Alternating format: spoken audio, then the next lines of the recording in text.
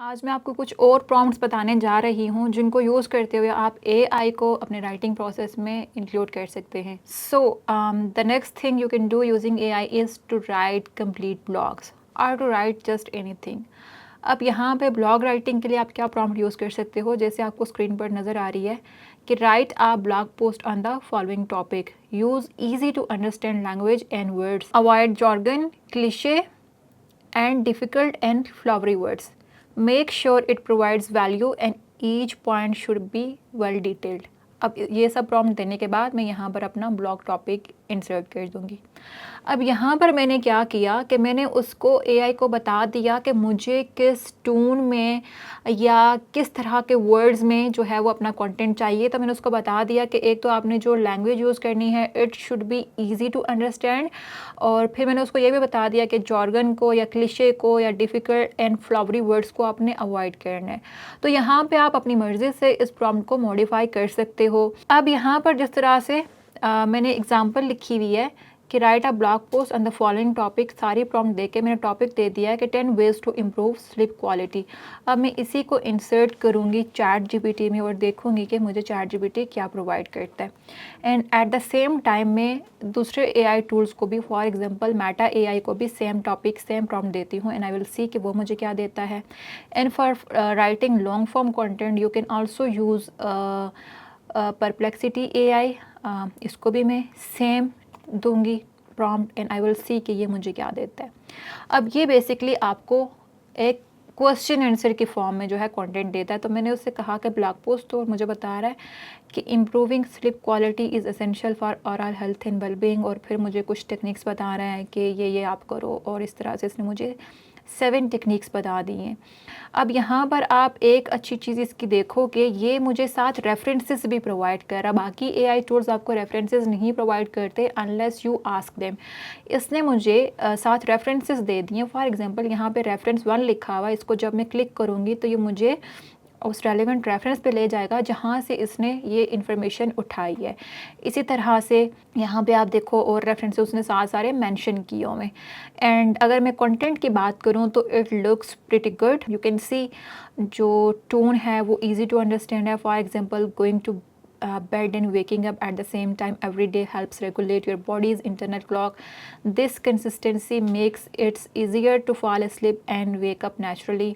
इसी तरह से मैं अगर मेटा एआई को देखूंगी तो यू कैन सी इसने एक अच्छा सा इंट्रोडक्शन लिख दिया है कि are you tired of tossing and turning at night, do you struggle to get a good night sleep, you are not alone. तो इसने क्वेश्चन से स्टार्ट करके एक अच्छा सा इंटरेस्टिंग इंट्रोडक्शन लिख दिया है।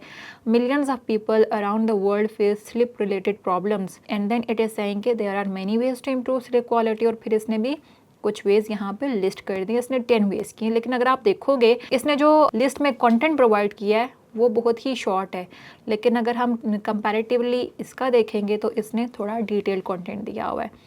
सो यहाँ से हम पढ़ के देखते हैं कि किसका ज़्यादा बेहतर है। तो मैं इंट्रोडक्शन इसका यूज़ कर सकती हूँ और जो एक्सप्लेनेशन है मैं इसकी यूज़ कर सकती हूँ।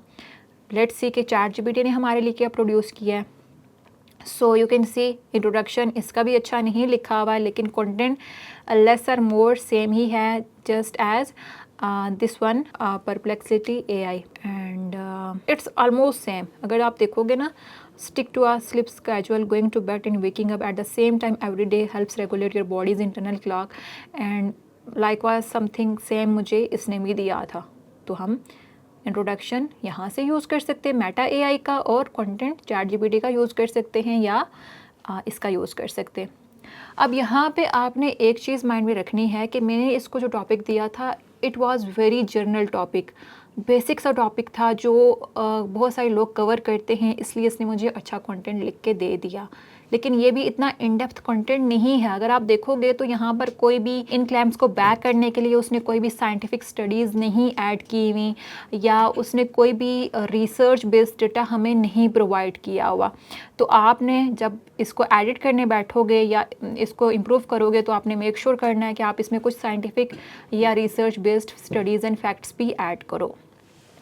और जहाँ पे आपको डिटेल्ड कंटेंट चाहिए होगा, कोई ऐसा टॉपिक है जिसमें इन डेप्थ आपकी जो नॉलेज है वो चाहिए, तो वहाँ पर आप AI को यूज़ ना करें, वहाँ पर आप मैनुअली लिखें।